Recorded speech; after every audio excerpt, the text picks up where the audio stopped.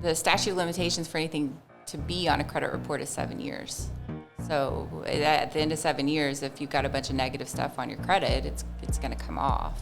Why is that so common with credit repair people? Because that happened to me a couple times. I really believe that people think that they know everything. So that when things like what happened last year, if everybody was taught to have a plan A, B, and C, we wouldn't have had the disaster that happened last year. All right, ladies and gentlemen, we are live. What is Gucci, Manucci's? Welcome to the Half Court Podcast. My name is Darwin.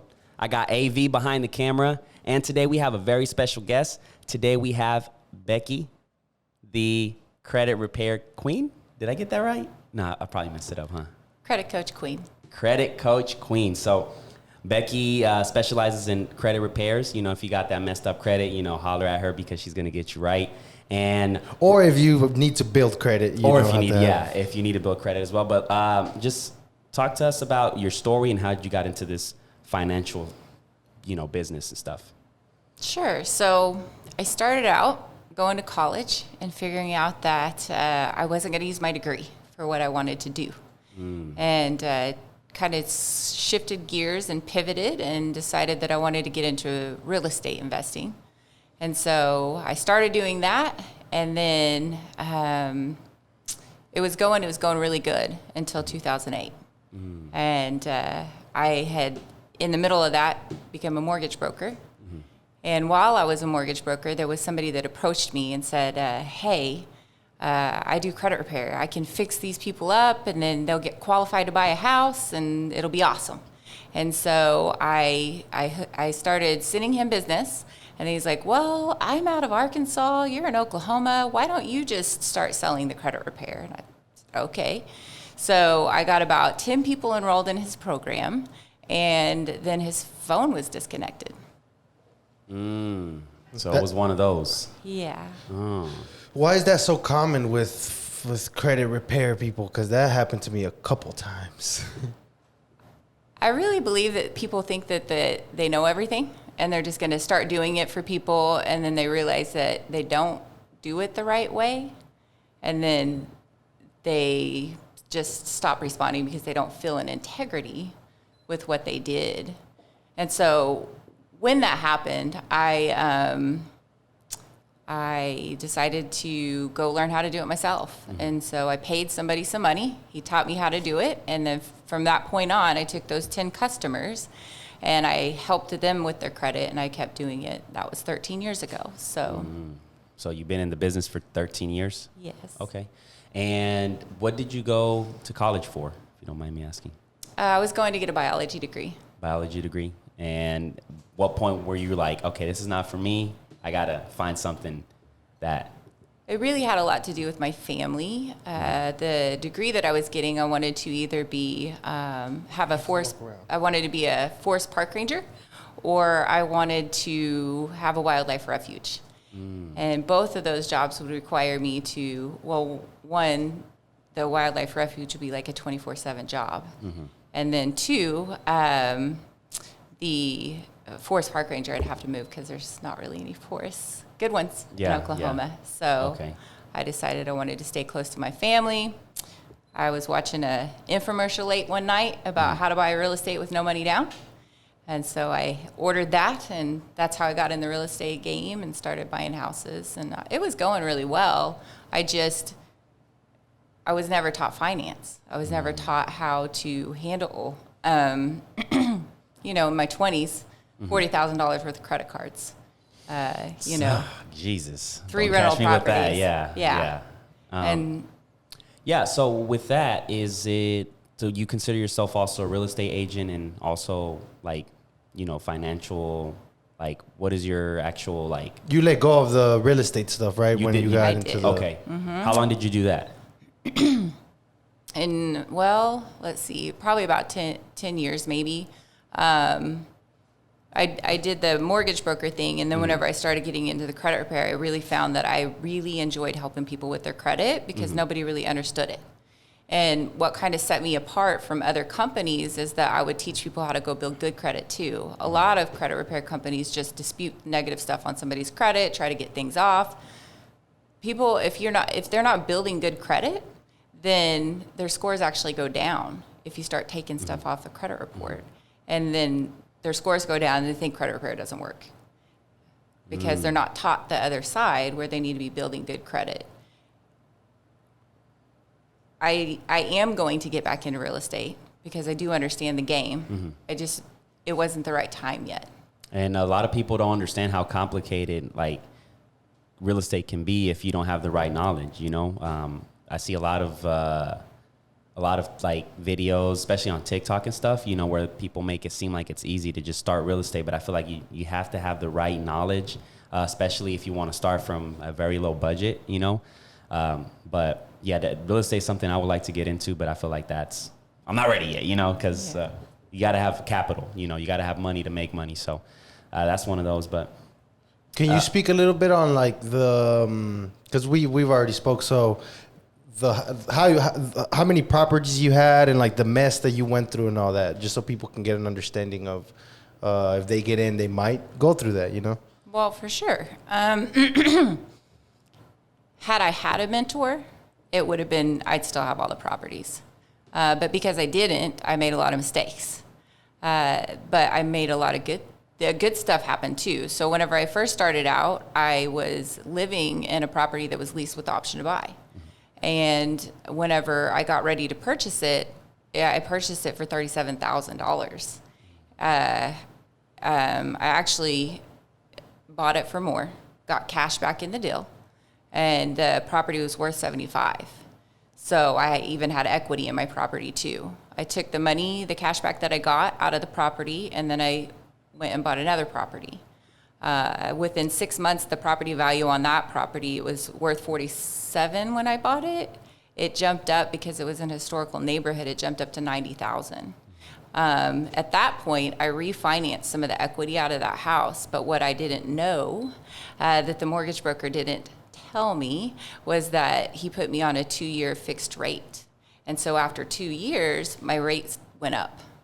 And so it wasn't cash flowing anymore. I wasn't making money off the property. I was having to pay into the property at that point.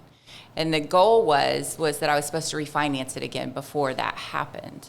But see, nobody explains that life happens.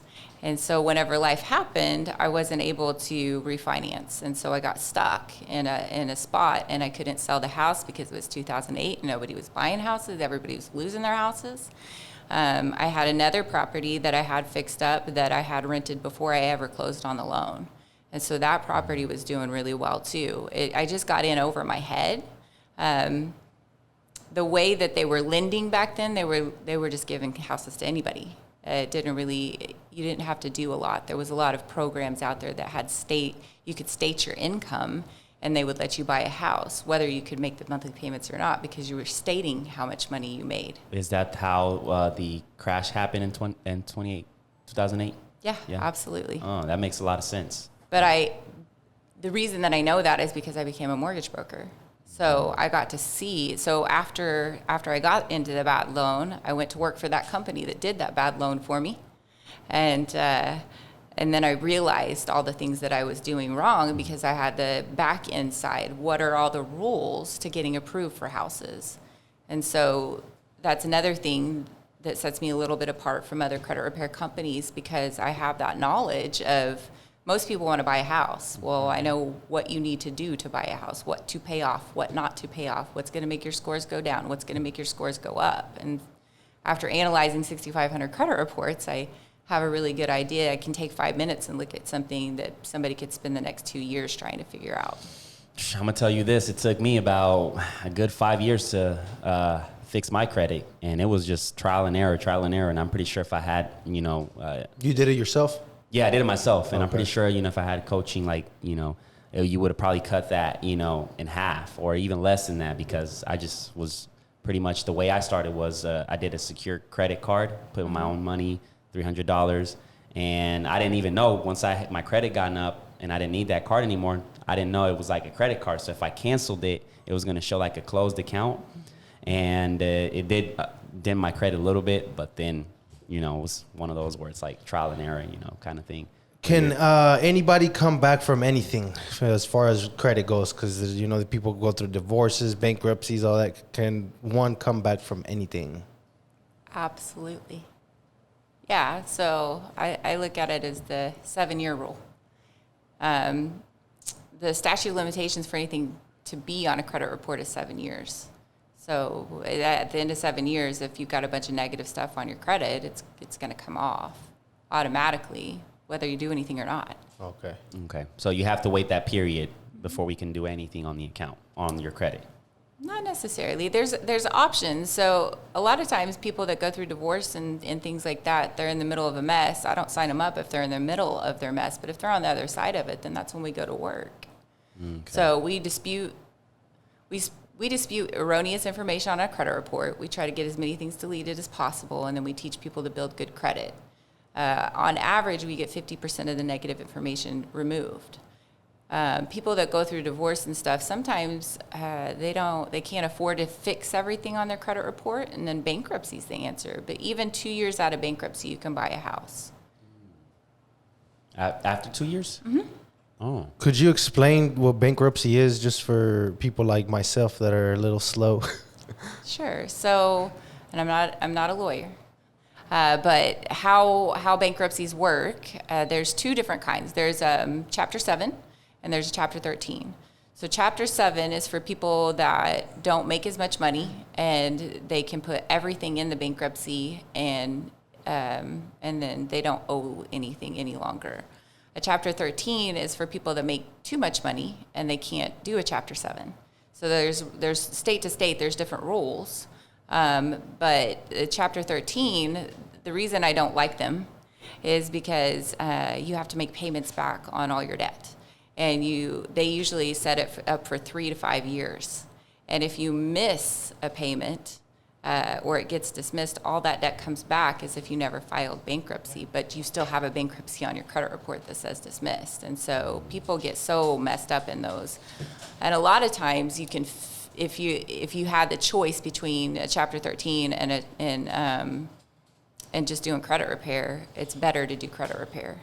So you can still file bankruptcy even if you have money? People do that? Chapter 13. The Chapter 13? Yeah, but I've heard unreal stuff because what a lot of people don't realize is that the lawyer that sets you up with the bankruptcy, they get a percentage of that payment every month too. And so say you have, for instance, you have like $50,000 worth of credit card debt. You're in over your head. You don't know what to do. Sometimes people want to go do debt consolidation, and they think, oh, I'll just get one loan and make the monthly payments. But what debt consolidation usually actually is, they don't give you a loan. They tell you to default on that $50,000 in credit cards. And once you default, they know that the credit card companies are going to write that debt off in the next 120 days, 6 months to a year, before the credit card companies will even do anything about it. And so a lot of times when they write that debt off, they're willing to settle for half or less of whatever the debt is. So at that point, you can settle it yourself for $25,000. And you can work out payment arrangements or you can do whatever. But that keeps you from filing bankruptcy and having to make payments for the next 3 to 5 years. If you go file a Chapter 13, they take that whole $50,000, and now you're making payments on that for the next 3 to 5 years. Whatever's left over after that 3 to 5 years, they dismiss the rest of the debt. So if you just settle it out yourself, you could be done in 2. Okay. So you wouldn't recommend the debt consolidation stuff that you hear on the radio and all that? No. Okay.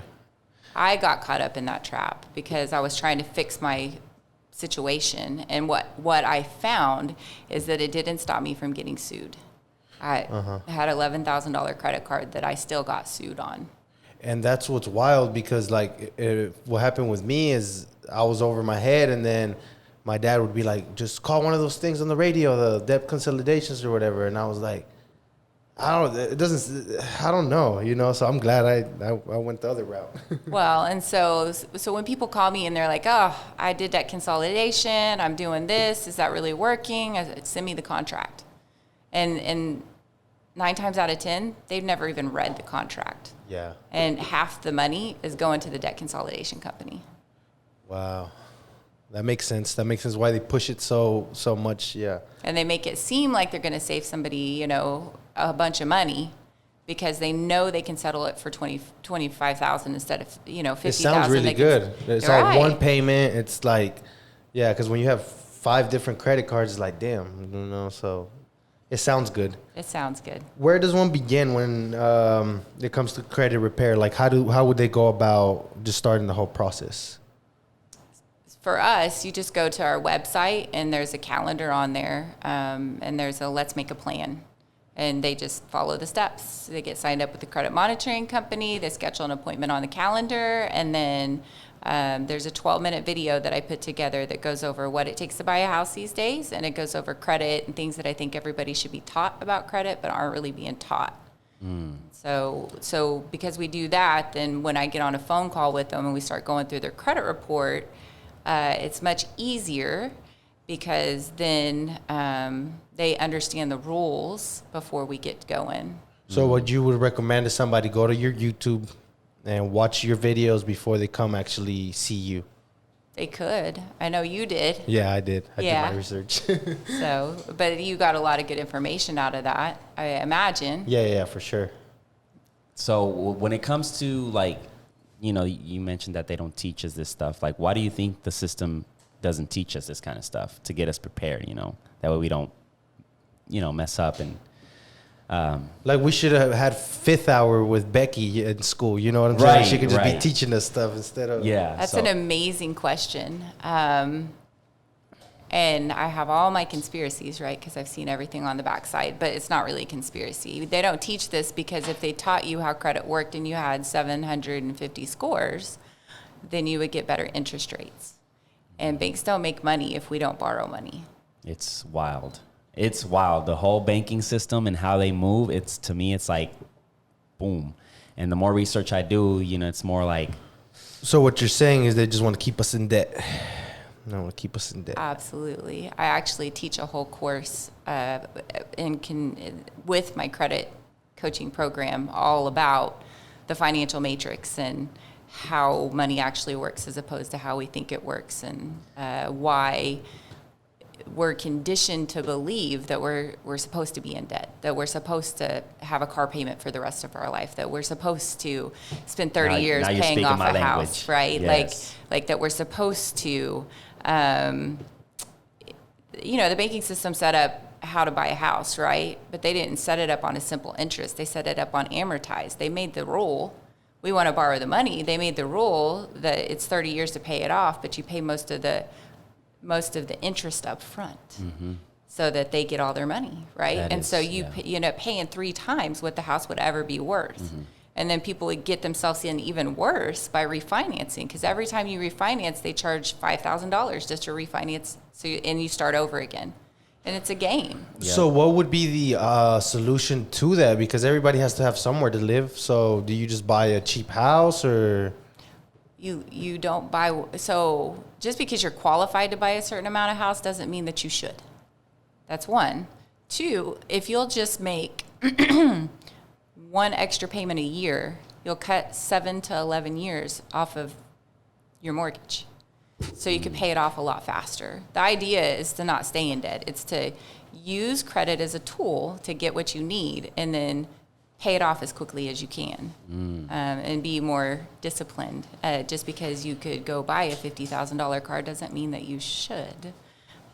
Find the deals. Yes. Take the time, because if you don't, then you're enslaved in the system your whole life. You're paying a third of your money's going to pay off debt. Yeah, it's crazy because that same money that the bank is lending you, it's really not even their money. It's not their money, because the banks are required to keep 10% of whatever. So if you make a $1 million deposit to the bank, they're only required to keep 10%.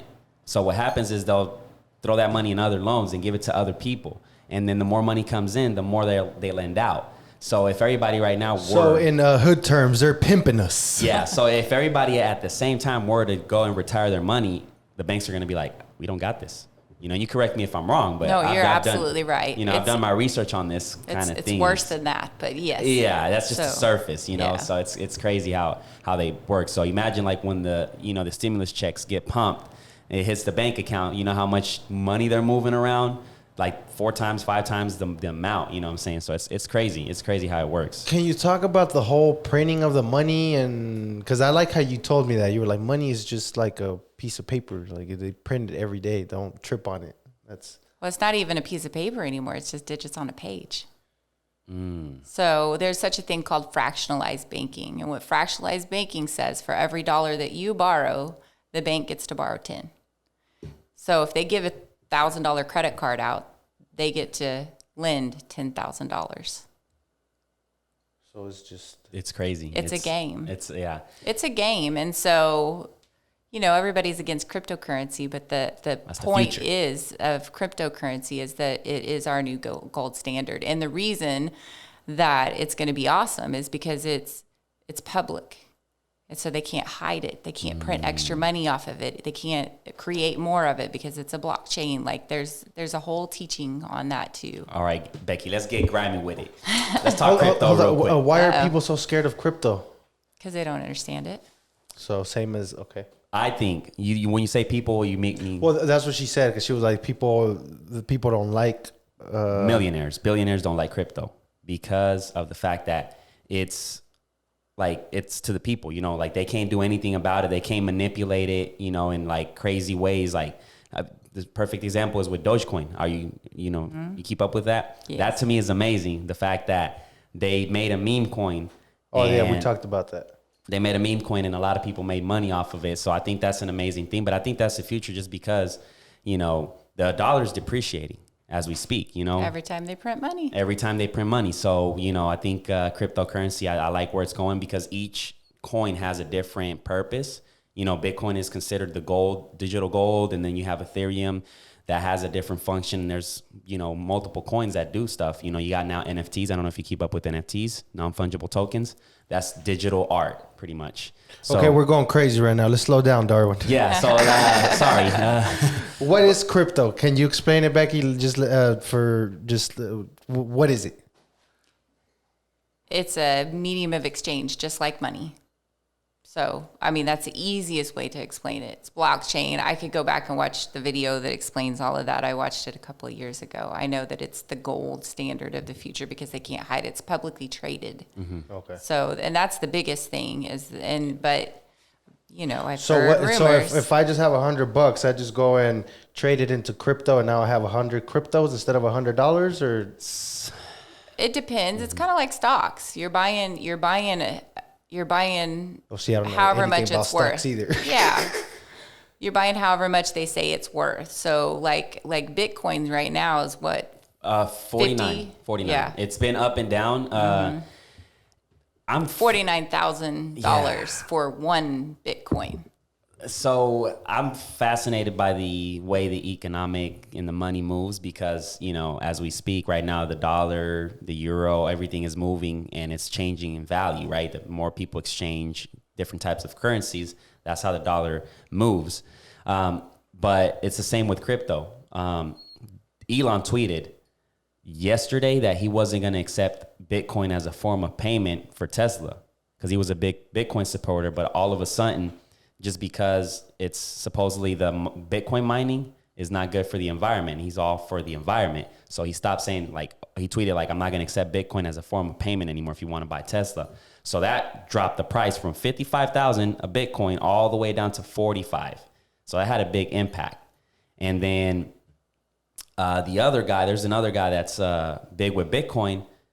He owned a big portion of Dogecoin. So he sold Doge and it dropped the price. So there was a big market manipulation between these billionaire guys, but that dropped the price. So with crypto, it's just like Becky was saying, it's just like the stock market. You have to keep an eye on how it moves. That way you don't lose money.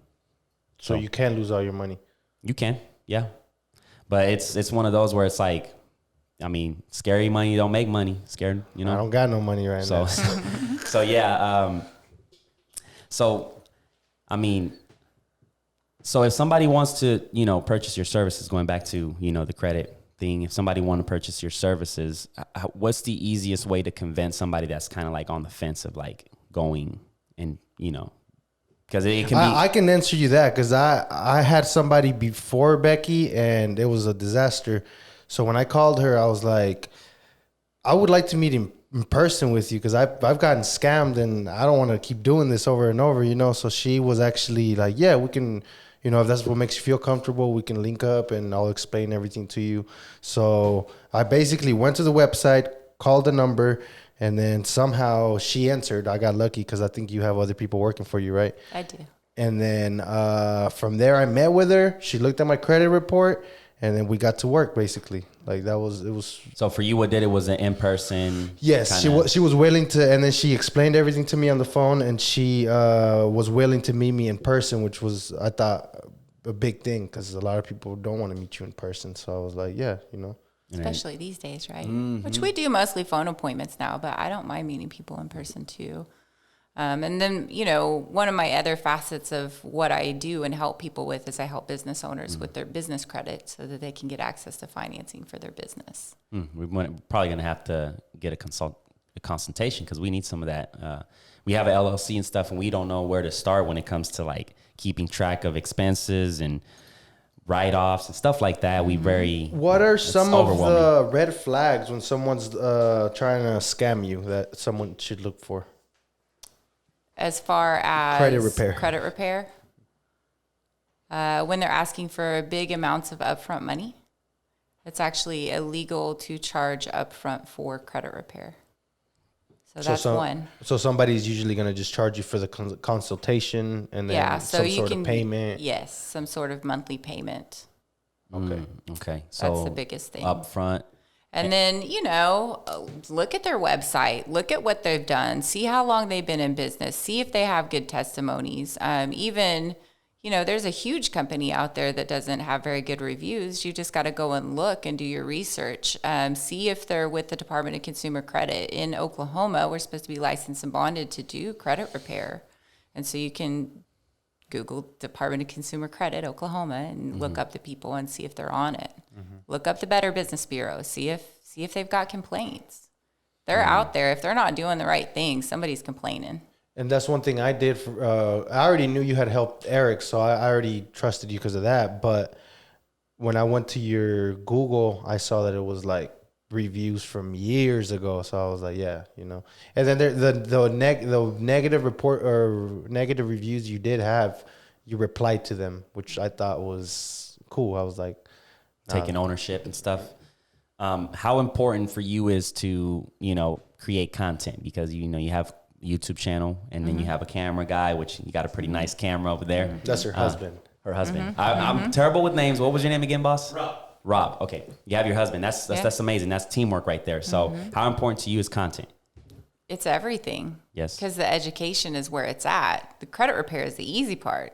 That's just writing letters, you know, that's just making sure that you're keeping up with things. And so we have a processing team that does all of that. It's understanding why you shouldn't go buy a new car a week before you're going to close on a house. It's understanding why you shouldn't go pay off old debt because paying off old debt lowers your credit score. It's understanding. So paying off old debt. Wait, hold on. Let her finish and then you ask that question because she was about to keep going. No, it's okay. We can stop there. Okay. That's a big one. I'll forget, bro. My bad. I'm sorry. No, it's perfect. We're trying to get better with the interruptions because we go crazy sometimes. We do. So if you pay off old debt that's already in collections and stuff, that affects your credit? See, I didn't know that. So on a scale of 1 to 9, 1 being good and 9 being bad, a collection's considered a 9, a paid collection's considered a 9, settled's considered a 9. They're all considered equally negative. So if you have something from 2015, and you go pay it off, now it's a new paid collection in 2021. It's a new negative thing on your credit. So I have people that come to me and they're like, man, I got my taxes back. I paid everything off. My scores went down. I don't understand. And that's why. And, you know. Should have went to Becky. That's why. I've got a video that I got like all these comments on there. Oh, just pay your stuff off. La la la la. Anyway, they were complaining that I gave that advice. But it's true. So why would you do that? So if you pay it off and you lower your credit score and then you go to buy a truck and you get a 5% higher interest rate. Now, not only did you pay off that debt, now you're paying that much more in interest on something because you paid off that debt. So how does one get those collection agents off of your back? Because they can be harassing people like all day, every day. How you get, well, legally, you can tell them. I usually suggest that you say, I'm recording this conversation for quality assurances, because that annoys them. And sometimes they'll just hang up. But you also say, I no longer want you to call me anymore. And legally, they cannot. Send me something in writing proving I owe a debt, because anybody can call anybody and say, hey, you owe me this money. I'm a collection company. Pay me today. And how do you know for sure that that's your debt, that who owns it now? How do you know that that's real?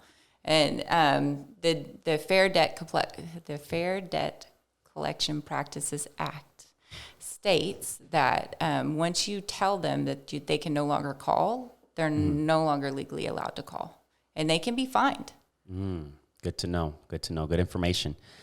Speaking of debt and stuff, when did you get your college degree, or you just said mid? 18 hours credit shy of a credit biology degree. Did you still like old student loans and stuff like that? Yeah. So how did you deal with that? Because that can be one of those, a lot of, like, if a college student comes to you and say, I got a lot of debt, is that something that you can't, there's no workaround for that kind of debt? No, I just tell people to get into a payment plan. It's not going to go away. Because that's one of those, right? That and taxes, right? I have a joke. So I say that student loans are like herpes. Once you get them, they never go away. Jesus Christ. This government, man. Yeah, exactly. And think that through, right? This government, right? They convince everybody that they need 4 years of college, right? And everybody has student loans. And they make it seem awesome because it's a 4% interest rate or some low interest rate. But 4% over 20 years is a lot of money. So how are they still keeping everybody enslaved in the system? Then go buy a house, right? Then get credit cards, then buy a car. So it's one of those where it's like, sometimes you have to just sit back and be like, okay, is it really worth for me to get in debt worth of 6 figures to make 5 figures? Like, is it worth it? Because in most cases, that's the case. You get in debt, you graduate, and then you have this big, amount. Then you got to, you turn around, you're making 80 grand a year, 70 grand. It's like, it's going to take you a minute to pay that off, and that's not counting if you get into a house. I think what happens is, like, a lot of times people don't think about that. They're just like brainwashed by the system. American dream of, oh, I'm going to be successful. I'm going to college. People are going to be like, oh, he's going to college. He's a college graduate. That they don't really sit down and look at the numbers. Like, they don't do the math and all that. So what's your take on that? They don't teach finance in school. That's my take on that. And I know that's a simple answer, and it really is that simple. They don't teach 95% of the population how finance works. If you knew how money worked and you sat down and you really took the time to figure out a plan before you graduated from college or before you graduated from high school, then you would not waste 4 years in college. Besides that, the first 2 years of college is all fluff anyway. It's all the courses that you took in high school. It's not what you're going to do with your profession. And that's 2 years of wasted money and time. And most people don't use their degree anyway. So people should stop first before they go to college to make sure that that's what they really want to do. Professions where they're going to make money, like doctors, I want the doctor to go to college. I want them to, right? Lawyers. Right. And, like the people that nurses. are going to be in the professions that they're going to be in, by all means, spend the money to make the money. But look and see what your return on investment is, or learn to build multiple streams of income so that even if you go to college and you're doing what you love and it's your passion, you still have a residual income on something else, so that your family's always taken care of. So that when things like what happened last year, if everybody was taught to have a plan A, B, and C, we wouldn't have had the disaster that happened last year. Wow. So, speaking of last year in the business, because I like to see what people did and how they prepare themselves for a situation that, what happened last year. So how did you prepare yourself, and how much did it impact your business? My business got better. Did it? because of the fear factor. They're like, oh, holy crap, my credit sucks, and I need a better plan. And people are still living in that. They're like, I need a better plan. I need to figure out what do I need to do now. I need to get my credit in order so that I can do this, this, and that. And I think people are starting to lean in on wealth building strategies so that they do have more than one street. That's our whole nation is going towards online and figuring this all out. So it's crazy. I think it's one of those things like you hit rock bottom, so you're like, dang, like my stuff is all out of whack. That's how I was. So, you know, as soon as I got the little stimmy, I was like, let me fix my credit, because that, you know, that's what so that's good that it helped you out, because people need to learn about this stuff. Like, yeah, my sales went up both times stimulus checks came in. But so that tells me that people don't plan. it's terrible. A lot of people, yeah. You know, it's crazy to think, going back to the, you know, stimulus, it's, you know, you see the culture of people wanting to spend that money. I want to buy this TV. I want to buy this. I want to buy that. But had you invested that stimulus check in Bitcoin and Ethereum, you would have quadrupled your money. You would have had 10 grand. You would have had 15 grand. If you had invested even in Deutsche, you would have had 100 grand. So it's crazy to think that we lack of that financial literacy, because even me, like, I just got it. Well, I that's kept my the stuff thing. for bills. I think it's just one of those things where it's like, I don't know if they're keeping it away from us. So that's why now it's my goal to like put it out there. You know, like I'm learning as much as I can from her. So I'm like, let's spread this. Yes. This is Get one it of these you know, informative podcasts, and I love it because I get to learn.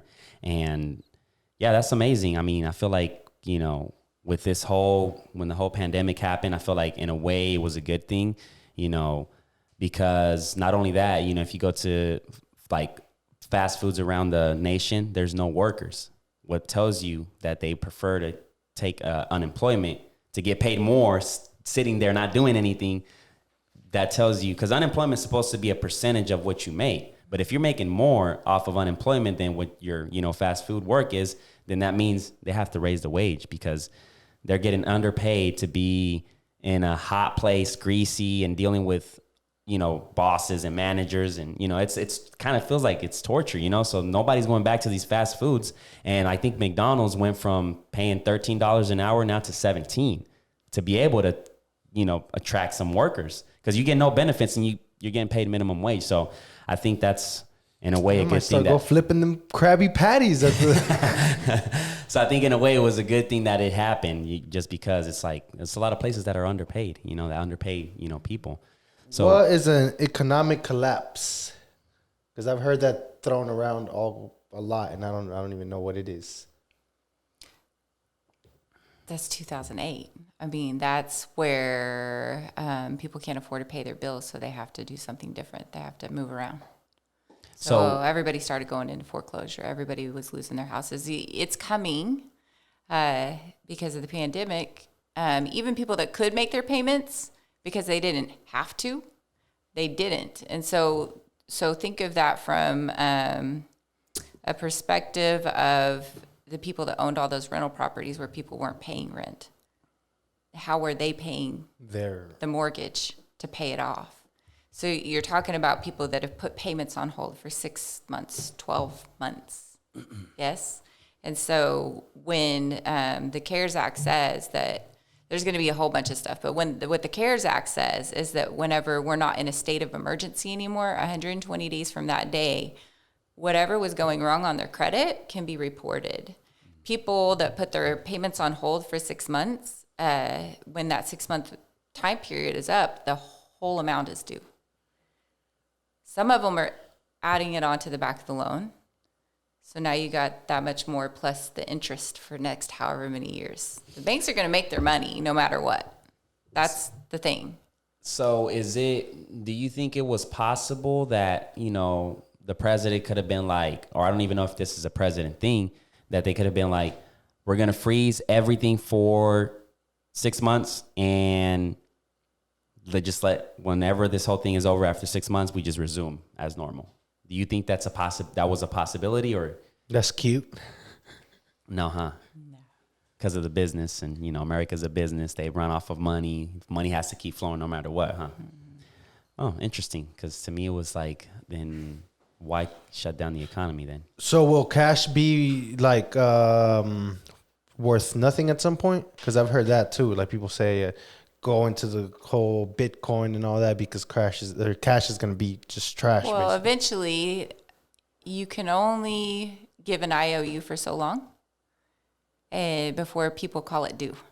And we owe trillions of dollars, and they keep printing more money. So so worldwide, we are considered the standard for money. Like our dollar is the standard for money. But China keeps trying to take that over. Like whoever the powers that be get to decide who keeps control of what's considered the dollar standard. So as long as we keep control of it, but at some point, I think it's in a thin string right now. I don't know. it is. China's so pretty on your smart. thing it says when cash is king, credit is queen. What you're saying is at some point cash won't be king? Some form of cash will be. Just maybe not our dollar. Gotcha. So, man, that's interesting. Talk about inflation, because that seems to be a thing and it keeps going up. How, if we keep going this way, where is everything going to go? Like, are we just going to be, because I don't think, like, inflation keeps going up. I think we're at 4%, which we're getting close to Argentina's inflation. And Argentina is a pretty poor country. So if we keep up with this, they're going to be a collapse where, are there going to be more homeless people because Am I they going to can't? have to go back to Mexico? Cause Like, yeah, like, is it one of those where it's like, Save your dollars and trade them into pesos. They'll be worth more. Man, I ran That's from over funny. there because I was hungry, I can't. That's a whole speculation. I have no idea what's going to happen. But what I do think is that the more that they print money, we should pay attention. If a third of our money is going to taxes and a third of our money is going to pay debt, and we're living off a third of our money, but the price of everything keeps going up, that's a hidden tax. So we're living on less because the price of everything keeps going up. That's not a sustainable business model. yeah, I'm gonna have to move over here, just move my stuff in because it's getting out of hand. I feel like it's getting out of We're hand. going to be living in the office. Yeah, living in the office because it's like everything keeps going up. Your eggs, your groceries, We gas. can get us some little sleeping bags at Academy. And Yeah, got to make it work, So I'm. It's a little scary, I definitely now, that I'm into crypto trading and I do currency trading as well. I definitely keep an eye on the economics, and I on to Bloomberg. I read the news every morning, and I was not into news. It's just not my thing. But finance and stuff, I'm fascinated on how everything moves as far as the economy. So that's pretty interesting. But like another question I had that it came back now is, who do we owe these trillions of dollars to? I don't even know. Because it's like, yeah, America's in debt. Who are we in debt with? Like, is it? Well, because you so the Federal Trade Commission, you bring a note to them, and then that's how we get money printed. Well, the Federal Trade Commission's not federal, and it's not. There's a talk. So part of what I teach is a financial wealth building course, and Manuel has that on his phone, and it's in an app, and it's a company that I follow. You can go ahead and shout them out. it is the first time that somebody called me by my government on the podcast. I feel a little important.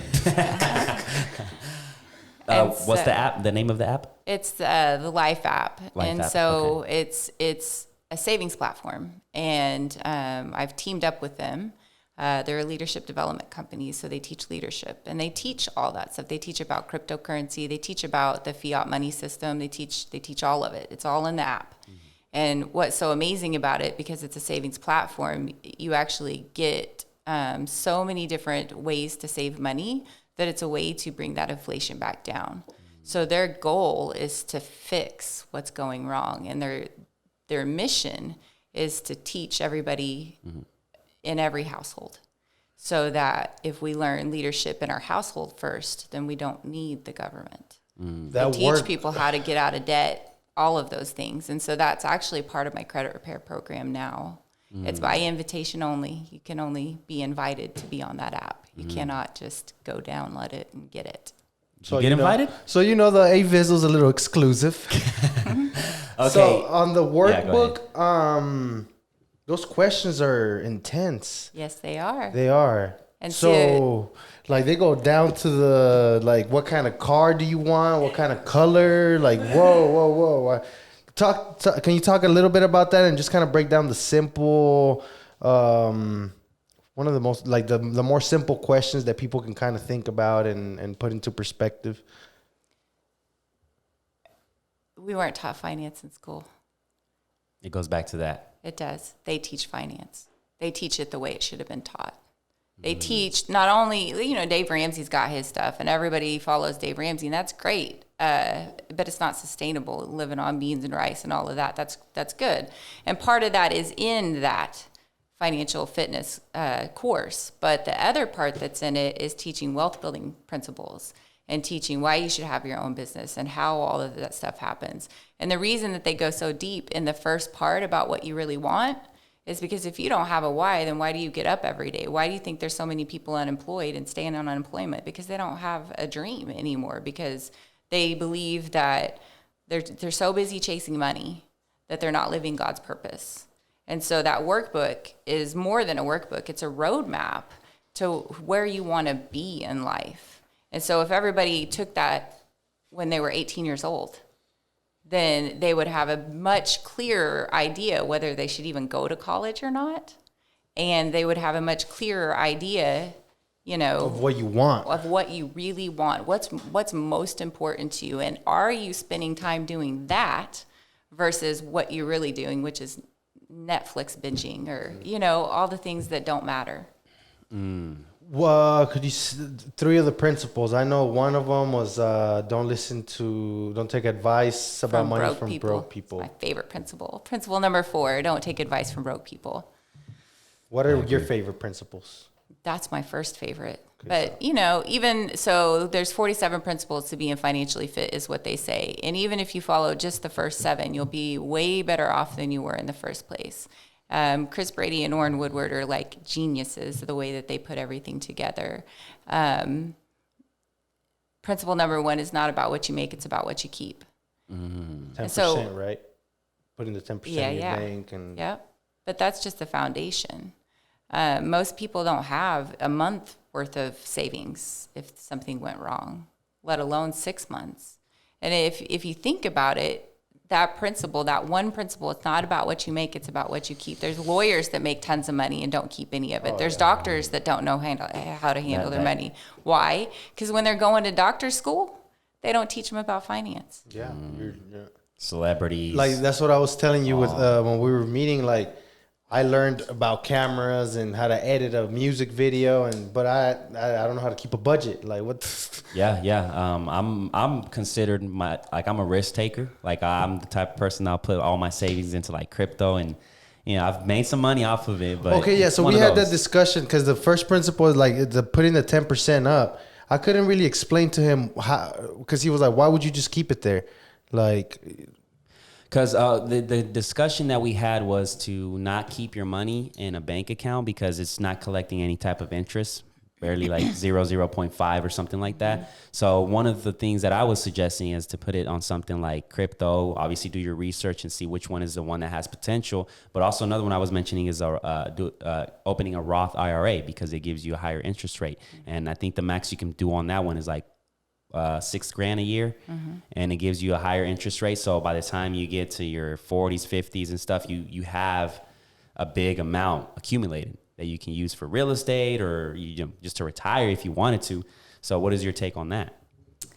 To take the financial fitness course because it walks you through your money savings triangle. And the first foundation is saving your 10%. And then you move up from there, and then there. Once you have money to play with at the top of the pyramid, that's when you invest in risky things. That's what they teach, not me. Okay. And I made mistakes all over the place until I read that book, and I'm still learning. I'm still working at it. I'm still following them. I follow them because they live off of 10% of their interest. So when I say don't take advice from broke people, I mean, go learn from people that are making money. Don't be over here YouTube surfing. Who's doing this? You know what I mean? Follow somebody that actually has it together and they know what they're doing. With YouTube and TikTok, I feel like it's very easy to just pull up a camera and say, hey, I'm a 6-figure earner. I'm going to teach you how to do this. But what proof you have of that? Just because somebody said it in front of a camera. That's why I got tired of having guests, to be honest, because I was like, man, how do I know that this person is actually, you know, like, if I have a guest now, I want to make sure that they're legit and I actually know what they're doing. And so when it comes to content creation, you did mention that is very important for your business and stuff. Have you guys gotten into the TikTok field? I always recommend this to all my guests. We're working on it. TikTok is big. Yeah, we're working on it. It's literally TikTok poll every night.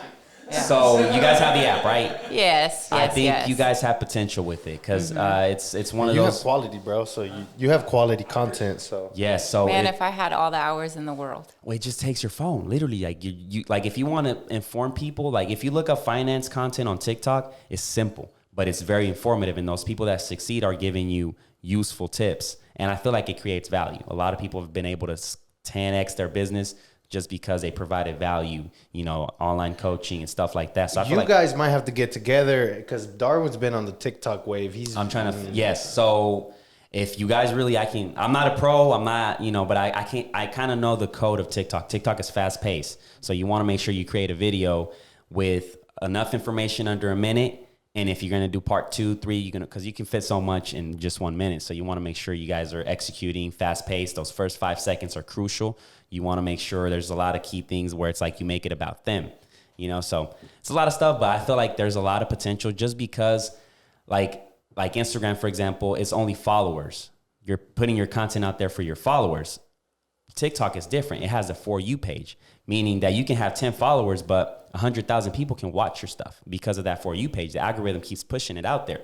So it's something to consider. I think TikTok with what you're doing is just, we It's need it valuable. out there It's because I follow some credit repair people and they're trash. They're just like showing off their Versace and their Bentley and their it's like, I mean, it's cool, bro, but I'm trying to get that too, you know? Like, so people, when they tell me like, oh, I want to start a YouTube channel. And like I said, I'm not no pro. I'm not, you know, I'm still figuring it out. But the YouTube compared to the TikTok, YouTube, you have to shoot it first, edit, upload it, thumbnail, title, all that good jazz. TikTok is you literally pull out your phone, know what you're going to say, and boom, that's it. Like you study it and that's it. It's pretty simple. So I feel like it just probably will take less than 10 minutes to just do a TikTok a day or 2, you know? So he's convincing me to do TikTok. Yes, I'll be the first one to follow. Because You guys do Clubhouse?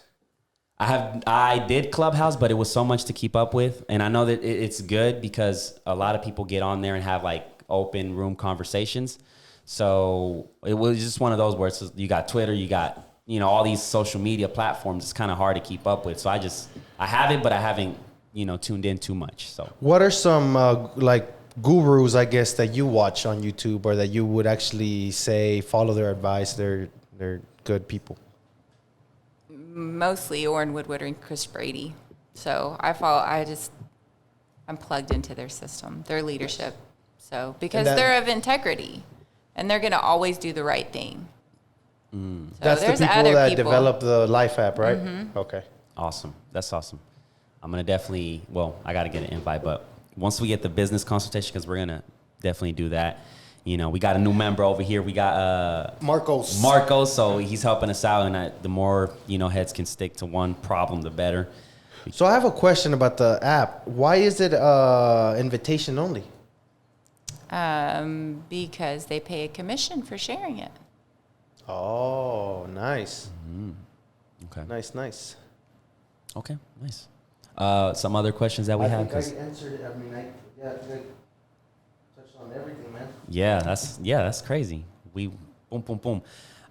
So The only other thing that I would like to talk about a Mm-hmm. little bit is the business credit. yeah, Because go ahead. that's, you know, most people don't understand Mm-hmm. business credit at all. And they don't even know that it exists. Even a lot of business owners think that it is actually a separate entity from your personal credit. So you can actually build business credit in your business name that'll give you access to financing so that you don't have to use your personal credit, so that it's not messing with your debt to income ratio, so that you keep your liabilities separate. And one of the things that I do in our coaching program is I teach finance on the business side too. So See, a lot of this is a people, good TikTok. Like, I seen a video about this credit thing for business, but you said it a lot more better, you know? So I think, just think about it. That's all I'm going to say. Okay. So just, how does that work as far as the business? Because, like, let's say we wanted to open a credit line for the Half Court podcast. Like, what do we need to do? the first thing that you would want to do is get set up with Dun & Bradstreet. So there's 3 business credit bureaus. There's Dun & Bradstreet, Experian, and Equifax. And so you get with Dun & Bradstreet. I'm going to give you a tip. If you call into Dun & Bradstreet and try to get your DUNS number, they'll charge you anywhere from $800 to $1,200. It's actually free. You just tell them, I want the free number. It takes 30 days to get it, but it's still a free number. It's worth the wait. Yeah, and Okay. they'll keep trying to talk you into spending the $800 to $1,200. They like to spend your money if they can. Okay, yeah. So you get the free number, and then you start building trade lines on it. And trade lines, net 30 accounts, something that you buy, and then you have to pay off in 30 days. That's what a net 30 account is you buy something and you pay it off. And so not all things report to business credit, and that's where people get messed up. They're like, oh, I've been in business for 20 years. Yeah, I have business credit. They've never bought anything that reports to their business credit. They've never financed anything that reports to their business credit. When you go to a bank and you apply for a business loan, they'll pull your business credit, and they don't even tell you that they pull it. But they want to see if you understand it. So they that want to way they see can if they know loopholes. that you know how to use it. And if you're not set up the right way, then you're not going to get approved. Interesting. Huh. It's tricky. It's definitely tricky, but it's one of those where it's not having that knowledge. It's intimidating. Like, Can somebody have trash credit themselves and then their business has good credit? Yeah, absolutely. They're 2 separate entities. It'd be like your credit and my credit. does it go off of the? Pay attention, babies, because this is. Does it go off of the, what is it, the tax ID number? That's how Yeah. they base all your credit? So it's like a social for business? So whenever people do my business credit coaching program, I work on their personal credit too. Because if you can't manage your personal credit, how are you going to manage your business credit? So I teach that too. 'Cause it's important. I'll be a little scared because I'm due for a credit card with a bigger amount, and I'm wanting to get into one that gives me benefits like mileage or stuff like that. But my fear is like having a $5,000 to $10,000 limit. It's a little scary because it's like you have that and they make it so simple of like monthly payments, small payments. You might end up at both Bad Bunny concerts. No. If anything, I'll just talk myself into saying like, oh, let me buy this camera. It's an investment. Let me buy this. It's an investment. And the next thing you know, I'm in debt. So how does one train their mind to use credit cards wisely? Get the Life app. Get the Life app? Take that. learning Take the it. wealth building course because it's transformational. It'll change the way you think about money. I've actually went through it over and over and over and over again. I get finished with it, and it's an audio, so I just listen to it again. And the reason that I do that is because I spent 40 years being programmed by society to think one way about money. And so if I'm going to learn somebody that lives off of 10% of their interest, I'm going to reprogram myself Gotcha. in the way that I should have been taught in the first place. Okay. And what I mean by that is most people live their thought process where it comes to money 30 days at a time. Can I afford that monthly payment? Oh, then I can buy it. I had another question. What happens when you get sued by a credit card company? What should somebody do? You run and hide and bury your head in the sand and just ignore it, and then you get garnished 25% of your check until it's paid. Jesus. Plus all the lawyer fees. Plus the interest keeps running until they find wherever you work. Okay. Just call them. All they want is the money. Call them and make a payment arrangement. It's not complicated. And if you can't, call them anyway and say, hey, I can't make a payment. Answer it. Talk about it. You borrowed the money. You owe the money. Be responsible about it. Okay. Top 3 books that you recommend. I just got that question the other day. Dang it. In what category? Let's do that. So let's just do finances because Yeah. that's what we're talking. Life and finance, yeah. So 47 principles of being financially fit for personal, profit first for business owners. That would be 2 finance books that I know are amazing. And then one that I just finished is called Launching the Leadership Revolution. Okay, nice. Yeah, one thing I like about that Life app I'll and the look into workbook is that a lot of these books like Rich Dad Poor Dad, Think and Grow Rich, like I feel like that would be the first step to, like you said, get them brainwashed, but they're not very practical. Like they're just telling you ideas and stuff like that. With that workbook, you actually sitting down writing like questions, like it's actually making you work. So you're actually putting it on paper, which is crazy. So. Okay. So we asked everybody this question. You know, if you had to go back 5 years from now and tell yourself something, what would it be?